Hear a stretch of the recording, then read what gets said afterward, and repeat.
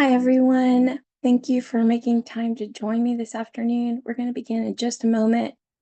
I will be monitoring the waiting room to let people in. So give me just a minute to do that. While you're waiting, please share where you're from and your name in the chat. And if you are a Harding colleague, especially someone who wants professional development credit, go ahead and put your name and department in the chat as well.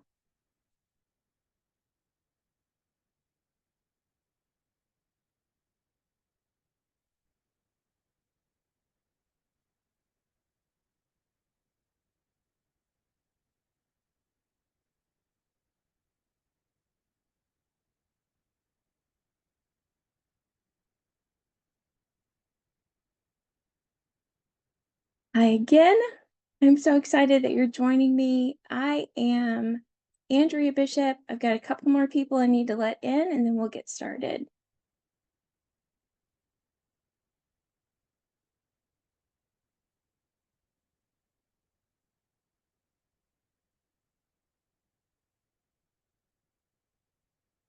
Hi, Jay and John and Kathy. For those of you who are just joining, please go ahead and put your name and where you're joining from in the chat. That helps me know I'm not here all by myself, and I appreciate that very much.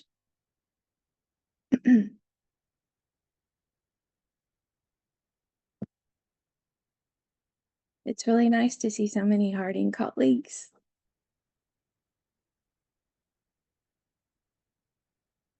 I'm going to go ahead and get us started. If you see me awkwardly clicking buttons, it's because I'm letting people in. Thank you so much for joining me today. I am Andrea Bishop, and I direct the Center for Leadership and Development at Harding University. I love what I do, and a big part of what I do is get to tell great stories and get to tell stories about leadership to people who are interested in Harding, but who are also interested in being better leaders. I am thrilled that so many people are interested in learning how to be better leaders. I've got a few more people I need to let in. I'm so sorry. Just a moment. If you're just joining us, please go ahead and put your name and where you're joining us from in the chat. I would love to see where you are from, what department you're from, if you're from Harding. Again, thank you so much for joining us. Today we get to talk about one of my absolute favorite subjects, which is the importance of developing useful narratives for leaders, and by association, the overall importance of being a courageous, intentional communicator. I'm Dr. Andrea Bishop. I direct the Center for Leadership and Development at Harding, and I'm ready to jump in. I'm going to share my screen with you. I'm going to share a lot of screens with you today. So if you are a note taker, please feel free. Picture this. You join your colleagues in the conference room for a meeting that was called late yesterday afternoon. There have been rumors flying. Something big is happening. There's going to be budget cuts. People think there's a merger coming. Maybe the CEO is stepping down. As everyone files into the room, the tension is noticeable, and very few people are chatting with one another. The leader strides into the room, sits in her seat, starts tapping on her keyboard.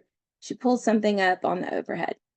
It's a chart or a graph with a lot of dense, complicated, really hard to read information.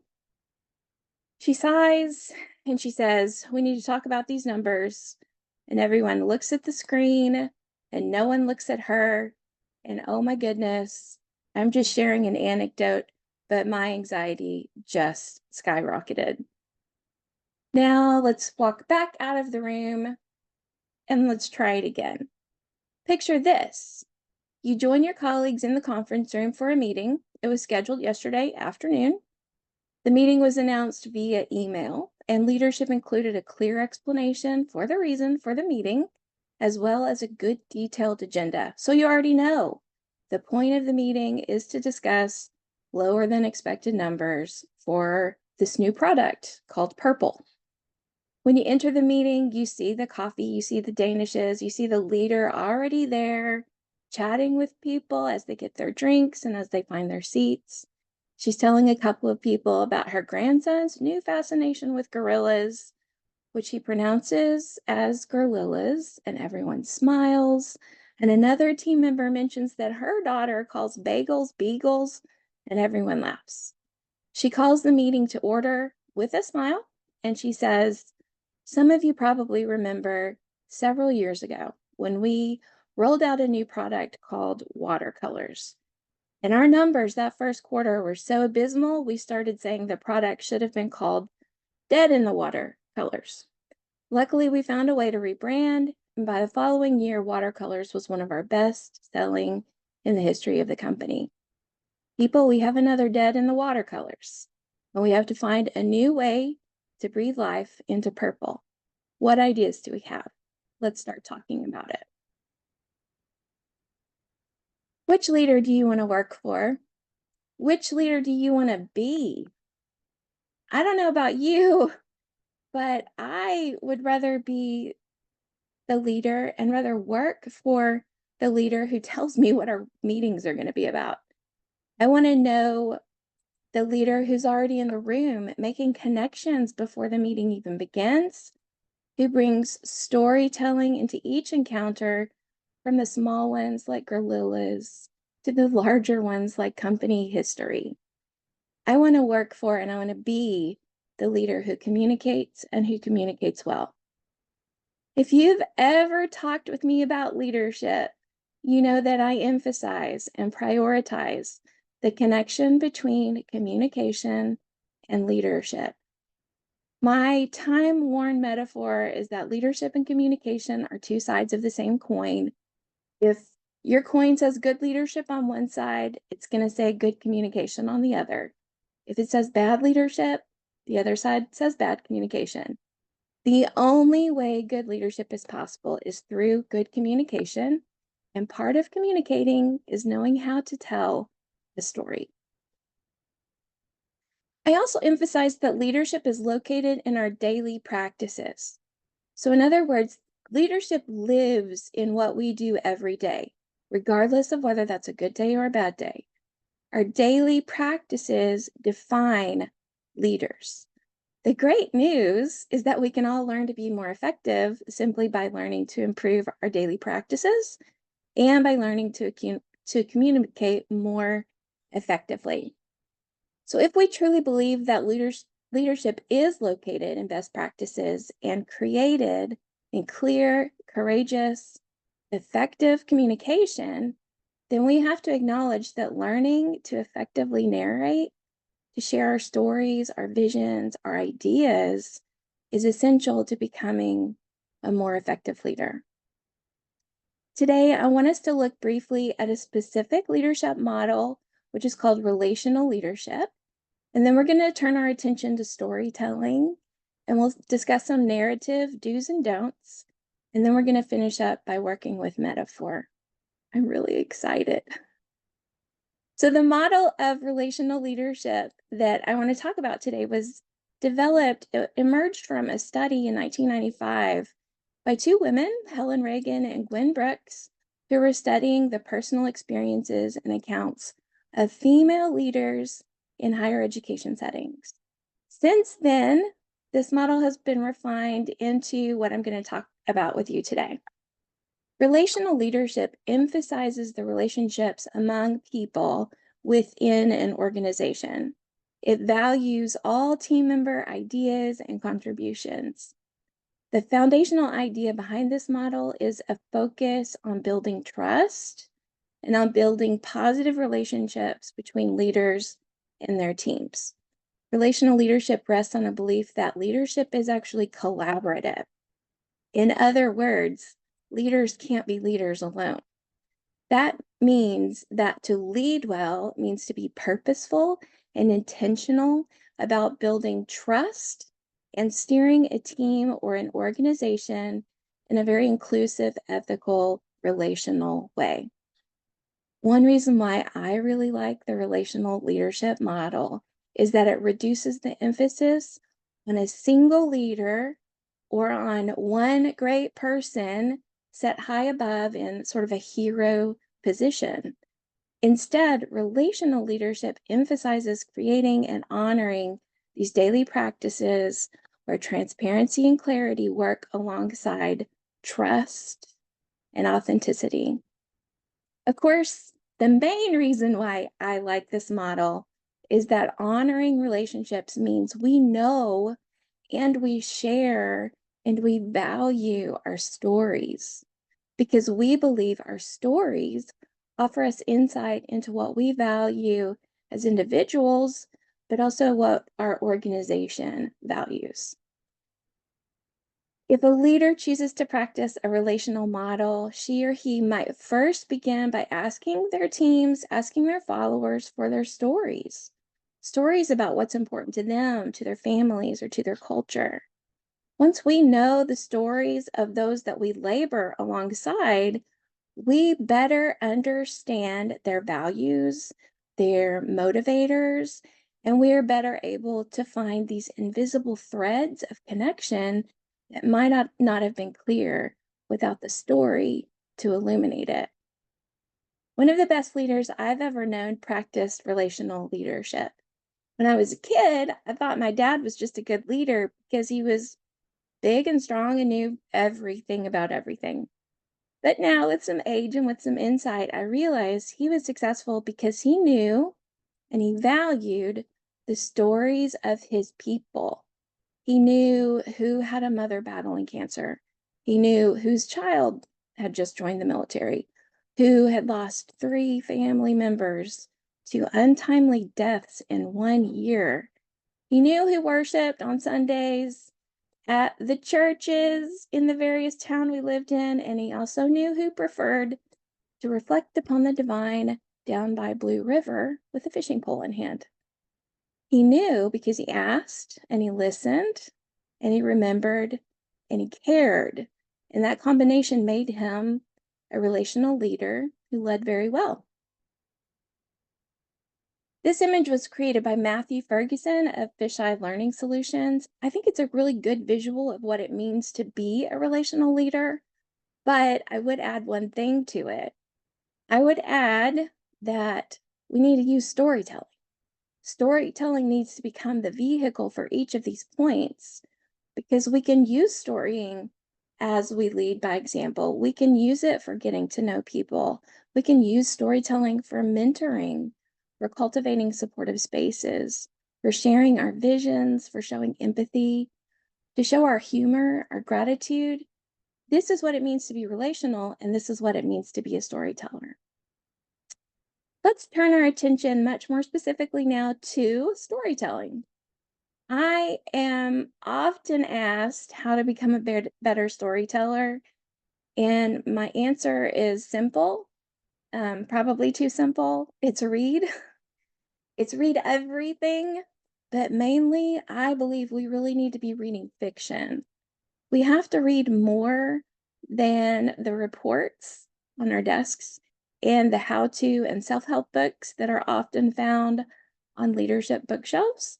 I've got plenty of those books on my shelves. I find value in them for various things, but they don't tell me how to tell a good story. I love Stephen Covey. I'm going to read his work, but the habits of highly effective people don't tell me how to tell a good story. Good storytellers are students of storytelling. I found my way into the leadership table by trekking through many libraries, writing workshops, and multiple degrees housed in English departments at multiple universities. And I have found over and over and over again that my background in literature and writing and rhetoric, it continues to serve me well in just about every leadership situation I have ever found myself in. When I need to share the idea that thinking ahead and planning is more important than rushing into something, I might share the story of Theseus and the Minotaur from Greek mythology. If you aren't familiar, Theseus only survived his confrontation with the Minotaur because a clever and admittedly devious woman named Ariadne, she strategically planned ahead and she gave Theseus this lovely golden ball of thread to trail behind him through the Minotaur's maze, which is the only way he found his way back out. Choose one mythological story to learn, and I promise you're going to find a way to use it. Having some knowledge of classic literature under your belt means you will not just be super awesome on trivia night, which is a plus, but you're also going to have better examples of stories floating around in your head to draw on when the time arises. The classics are classics because they reflect the human condition in ways that transcend age and time. Okay, yes, Jane Austen lived and wrote during the Georgian era, but anyone who has read Pride and Prejudice or has seen many of the film adaptations knows they know someone in their life who is an unfortunate modern day example of Mr. Collins, and he's everywhere. If you've read Don Quixote and you know the story of Don Quixote, you may remember that Quixote is convinced the stories of knights and maidens they're real. That his mission is to defend the oppressed and rescue maidens and battle evil sorcerers.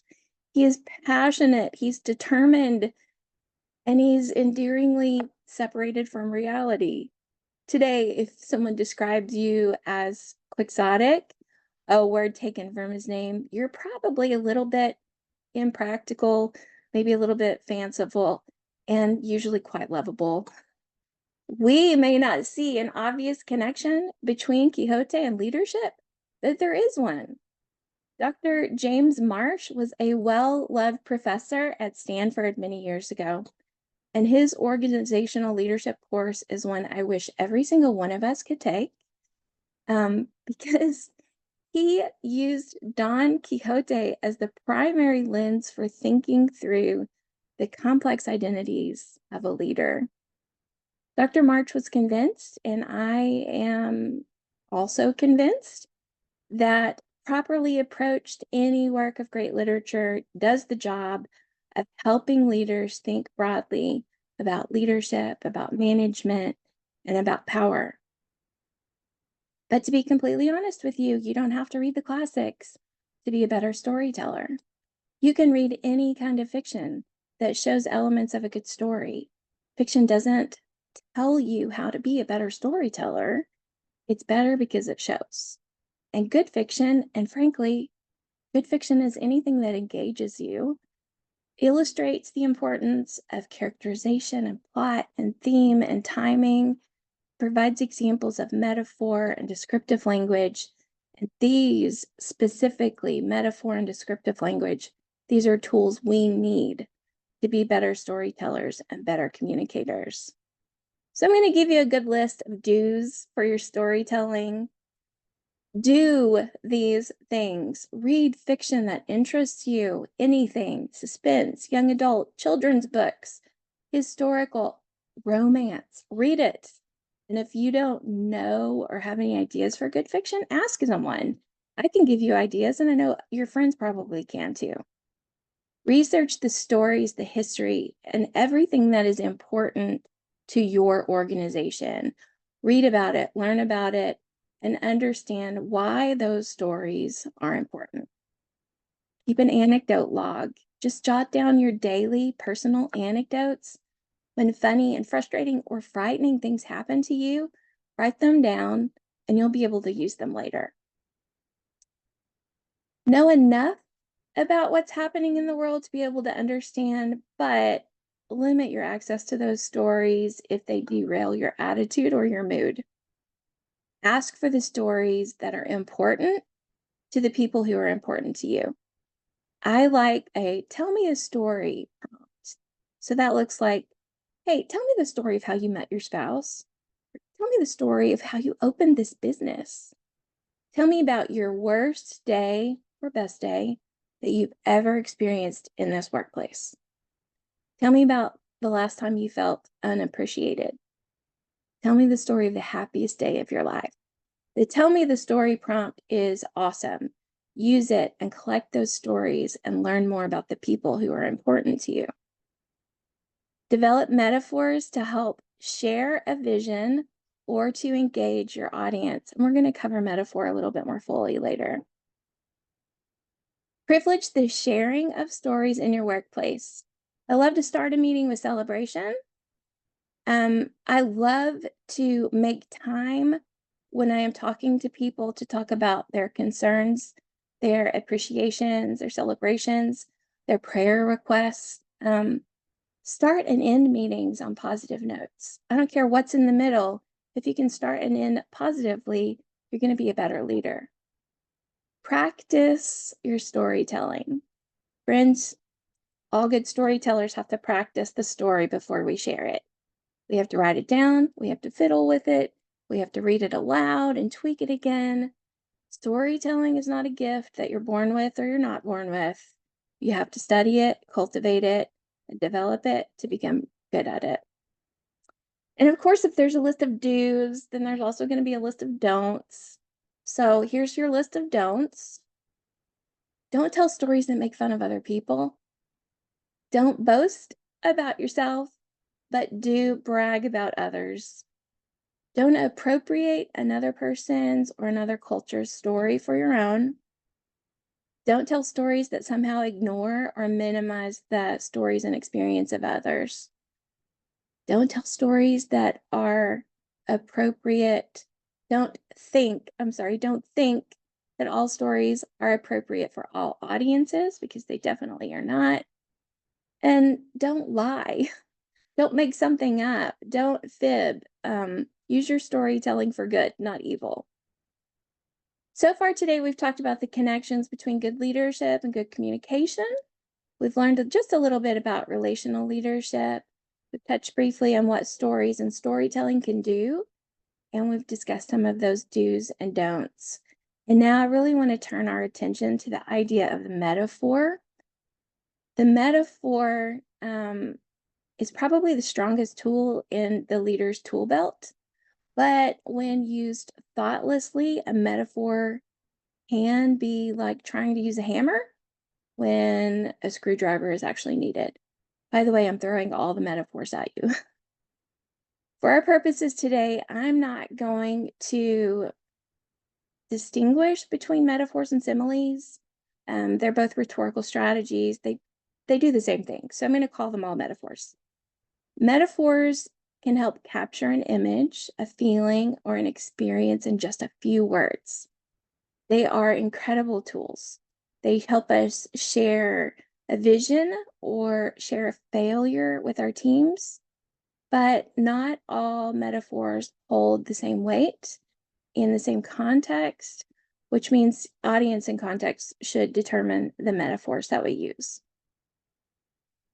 So I want you to listen for a moment, and I'm going to share with you some metaphors that you probably use that you may not even realize are metaphorical language. Just listen to them while I speak them. We talk about climbing mountains, building bridges, planting seeds, growing gardens. We talk about walking paths, staying on course, navigating with an internal compass. We stumble over our words, we run on at the mouth, we walk people through ideas. We surf the web, we say time is money. We feed our brains, we shoot daggers from our eyes. We chew on notions, and occasionally we even word vomit information. We grasp ideas and bindrels and pull apart arguments. We have big shoes to fill. We stand on the shoulders of giants. We get all shook up. I could keep going, but the clock is ticking. Research indicates we use metaphors every waking hour of our day. In fact, cognitive neuroscientist Vicky Lai found that people use a metaphor every 20 words, often without any idea they're actually doing it. Lai's research into how the brain reacts when metaphors are used indicates that learning abstract concepts can be made easier when metaphors are part of the teaching and learning process. Need to explain happiness? Okay, we're probably going to talk about feeling light or our smiles beam with joy. We might explain it as a feeling of walking on air or feeling like we're flying. In other words, we use metaphorical language to express something that is abstract or complex. That's better for us. It's also better for our listeners because we can connect to it. And this is something leaders often do. We live in the world of complex things. This is why good leaders need to take the time to develop metaphors for sharing new or challenging information with stakeholders. One of the exercises I like to do when I'm working with new groups of people is the practice of determining a metaphor for something specific. So, determining a metaphor for how they feel on that day, or how they feel on the project that everyone is working on, or how they feel about their work life balance. And then, when it's appropriate, I also ask them for a metaphor for how they want to feel about that thing. So, let's take a moment to practice this. We're going to use this exercise. What metaphor might you use about your experiences at work this week? Think about that for a moment.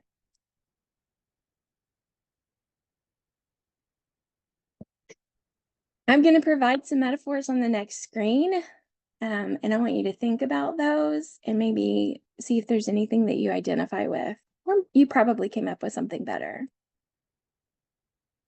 On the left side, I'm pushing that boulder up the hill. I've been pushing it for far too long. I'm juggling. I'm hoping I don't drop anything. I'm swamped. My hands are full. I'm neck deep. I'm burned out. I feel like I'm on a runaway train.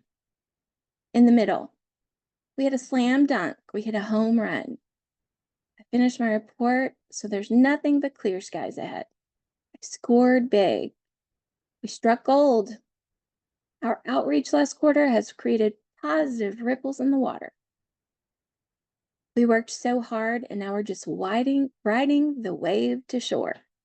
And then on the right, despite the storms, I'm still blooming. Our garden was overrun with weeds, but we've cleared it out and expect a bountiful crop. Things were dark for a while, but our new CEO came in and lit a fire under all of us, and we're excited about the future. It was a difficult race, but I am on the winner's podium now. Do any of those resonate with you? I am willing to bet that at least a few of us are over here in the left-hand corner identifying with juggling and being swamped and being burned out. We get all of this because we kind of live in this area. For those of you who are feeling here in the middle or even on the right, and that's awesome. I am so happy for you. And I hope you hang on to those metaphors and are able to use them a lot. We often hear metaphorical language that tells us very plainly that people are exhausted or overwhelmed. And our tendency, I think, is to minimize that. It's to laugh that language off. And instead, we really need to do our best to engage more intentionally with anyone who's providing metaphors about pushing boulders up hills or metaphors about feeling stuck in swamps. We need to notice and we need to treat those as if the person has asked for help, because they're asking for help. In the late 1970s, a philosopher named George Lakoff and a linguist named Mark Johnson walked into a bar. Actually, I'm just kidding. Well, I don't know, maybe they did. That's not the point of this story. In the late 1970s, Lakoff and Johnson met and discovered they shared a mutual fascination with the metaphor. And in short time, these two crazy academics published a book called Metaphors We Live By, which changed the way that many disciplines, including everything from the sciences to humanities, were thinking about the role of the metaphor. Metaphors We Live By was the beginning of scores of research that would later follow, and it showed us how our metaphor usage actually structures the way we think about and perceive the world, and not just the ways that we talk about it. One of their more well-known examples, and you've probably heard this example and didn't know where it came from. One of their more well-known examples is that the way we use the metaphor of war to talk about argument. This is a big part of their book. So let's take a minute to think about this. When we think about argument, and for our purposes here, we can include both academic arguments as well as the common squabble that you might have with a spouse or a coworker. So when we're talking about argument, we use words like defensive or tactics or tactical. We talk about losing or gaining ground. We talk about having a war of words, and we mention destroying our opponents. We state claims, we defend ideas, we target weak points. We are conditioned to find the weakest spot and throw all of our firepower at it. And essentially, war is argument, and argument is war.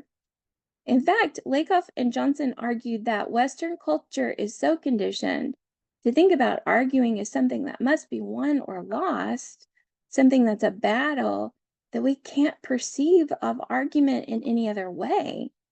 But they ask, what would happen if we tried to think about arguing using a totally different metaphor? What if we swapped out this war metaphor for something else? So let's think about this for a minute. Let's practice.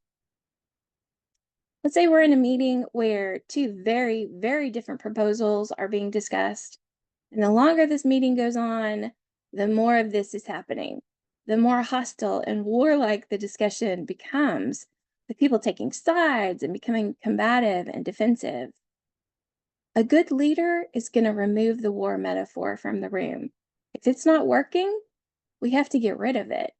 And so a good leader is going to introduce a different metaphor. Maybe he's going to introduce an argument as a dance. With the dance metaphor, we begin to look very differently at these two ideas. We begin to think, we're going to move towards, we're going to do some give and take, we're going to collaborate. Maybe we even begin to think that 2 steps forward and 1 step back isn't the worst thing in the world. In fact, when we work together on finding a rhythm, we may see that there are some missteps, but we're going to work through them. We're going to figure it out, and we're going to learn how to dance together or work together. The metaphor we use changes the way that we see. I mean, basically everything. So how do we choose the metaphor? How do we use the metaphor? How do we know what to do? Well, constructing a metaphor is going to rely on what we know about our audience. And I'm going to run through a few things we want to avoid in metaphors before I talk about the 3 qualities of a great metaphor. So let's cover what we want to avoid. We want to make sure that, well, first of all, I think a lot of times we assume that what we know, other people know, that common knowledge is shared between us and our audience, but that's actually not an assumption that we should hold. So in general, we need to steer clear of metaphors that rely on knowledge about holidays, about celebrities or music or movies or history or jokes. We want to steer clear of metaphors that are built on emotionally charged topics like sex and politics and religion. Just stay away from that. We want to make sure a metaphor does not exclude a large part of our audience. Some people may be surprised that many, many people get very annoyed by the overwhelming number of sports metaphors and analogies that are used in workplace settings. So if my go-to metaphor is something like hitting a home run, then I might want to challenge myself to explore new ways of saying that something was successful. We also want to be careful to not use metaphors that degrade a specific group or population, or metaphors that might be taken as offensive or violent. As leaders, the words that we use hold weight. And if we aren't careful and very intentional with those words, we may find ourselves in turbulent waters. The metaphors we've used forever might actually be the things we need to get rid of. So we need to avoid metaphors with problematic histories. So let's toss out slaving away. Let's toss out using black as a negative term like blacklist or blackmail. Let's toss out sayings like I feel like I was sold down the river. No, because that trivializes experiences in the slave trade and the history in in our country, and we need to get rid of that. We also want to avoid metaphors that stigmatize or minimize the experiences of people with disabilities. So, the best one I can think of off the top of my head, I heard somebody say this the other day. Well, she was crippled with fear. Well, let's just not use a metaphor in that situation. Just use clear language and say she was overtaken by fear. We don't need the word crippled anywhere in that. And then also, I really want to urge us to rethink some of our metaphors that are based on violence, especially on guns. So just think about under the gun, taking a shot, locked and loaded. I know there are others that just aren't coming to mind right now, but I read somewhere that other cultures see the way that Westerners use metaphors as incredibly aggressive and violent. Y'all, I was raised in Oklahoma and I was shooting BB guns by the time I was about 7 years old. I am not taking a stance on gun politics here. I am only saying that using metaphors based on guns is not appropriate for every audience. That's all. Okay. So now that we know what we want to avoid, let's take a look at what we want in a metaphor. It's actually really straightforward. Good metaphors are going to be relatable, they're going to be simple, and they're going to be memorable. So we want to choose metaphors that align with the experiences of our audience. Your audience should immediately relate to that metaphor. If you need to explain the metaphor, that's not going to be a good one. We want to choose metaphors that simplify something complicated. So if the situation or the idea itself isn't complicated, you don't actually need a metaphor. And we want to make sure that the metaphor is memorable. We want our metaphors to stick with our audience in positive ways so that they can remember that idea a few days or even months or even years later. So I'm going to offer a couple of metaphors that pass this 3-point test of being relatable, being simple, and of being memorable. So on the screen, you see that there are many ways the dictionary defines the word hope. Yet my favorite definition of hope is actually a metaphor, and it's one of the most famous poems in the English language, and I know you're going to recognize it when I put it on the screen. Hope is the thing with feathers that perches in the soul and sings the tune without the words and never stops at all. Is this relatable? Yes. Does it simplify something complicated? Yes. Is it memorable? It is for me. I probably learned about this in high school and I can still remember it. It still comes to mind when I think about hope. Here's another one. Warren Buffett, interesting guy.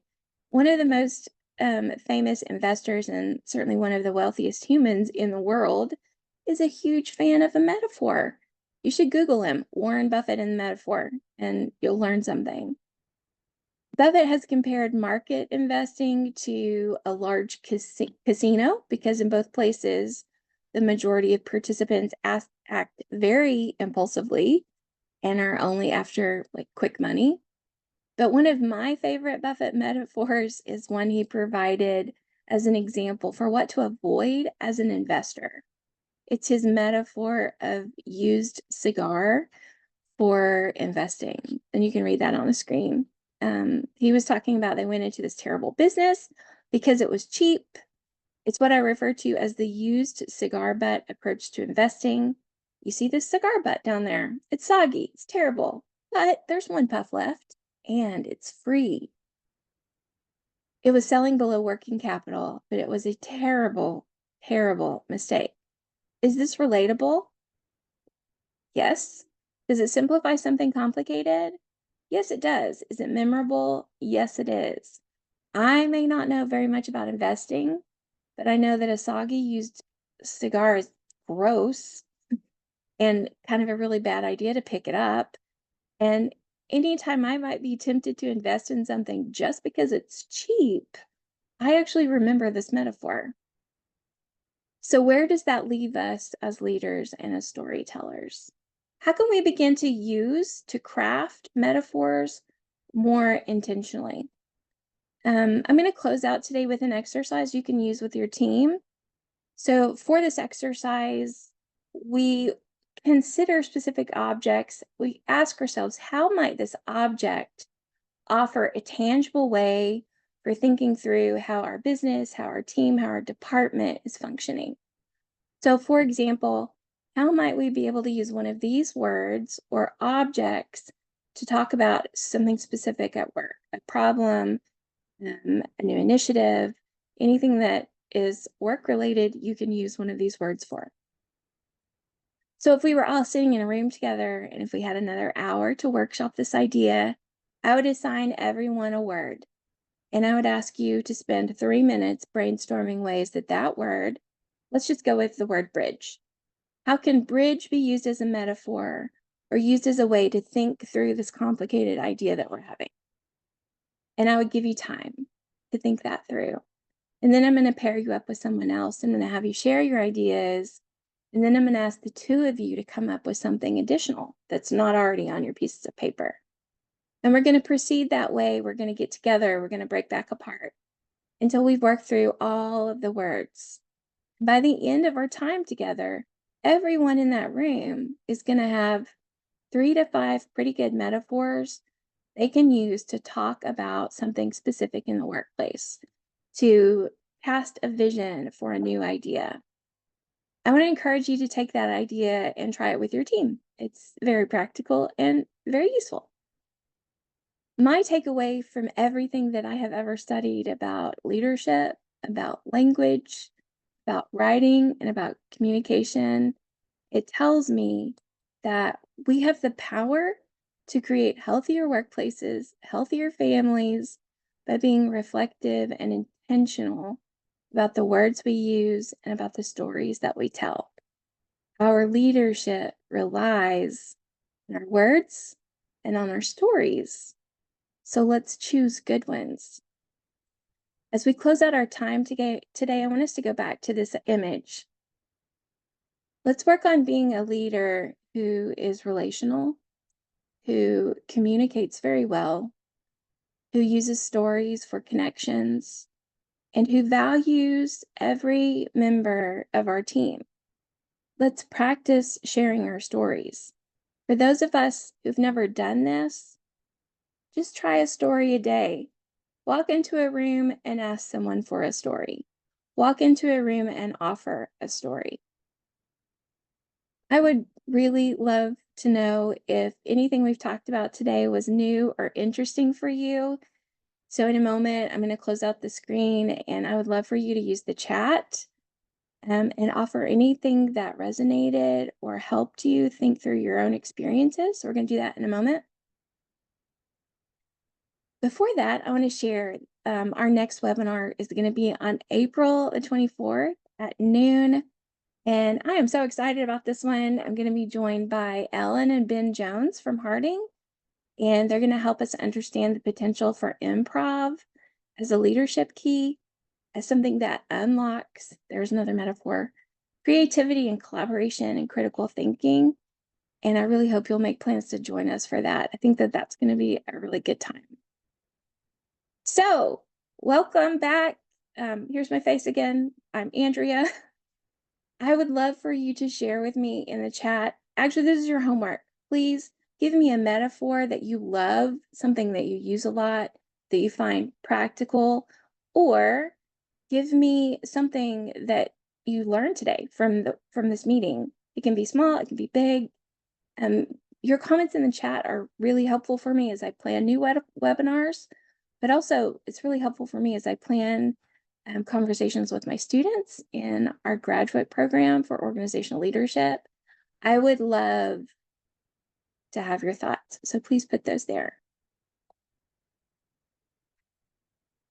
that's the end of what I'm sharing. Thank you. I'm seeing so many comments, and I appreciate those.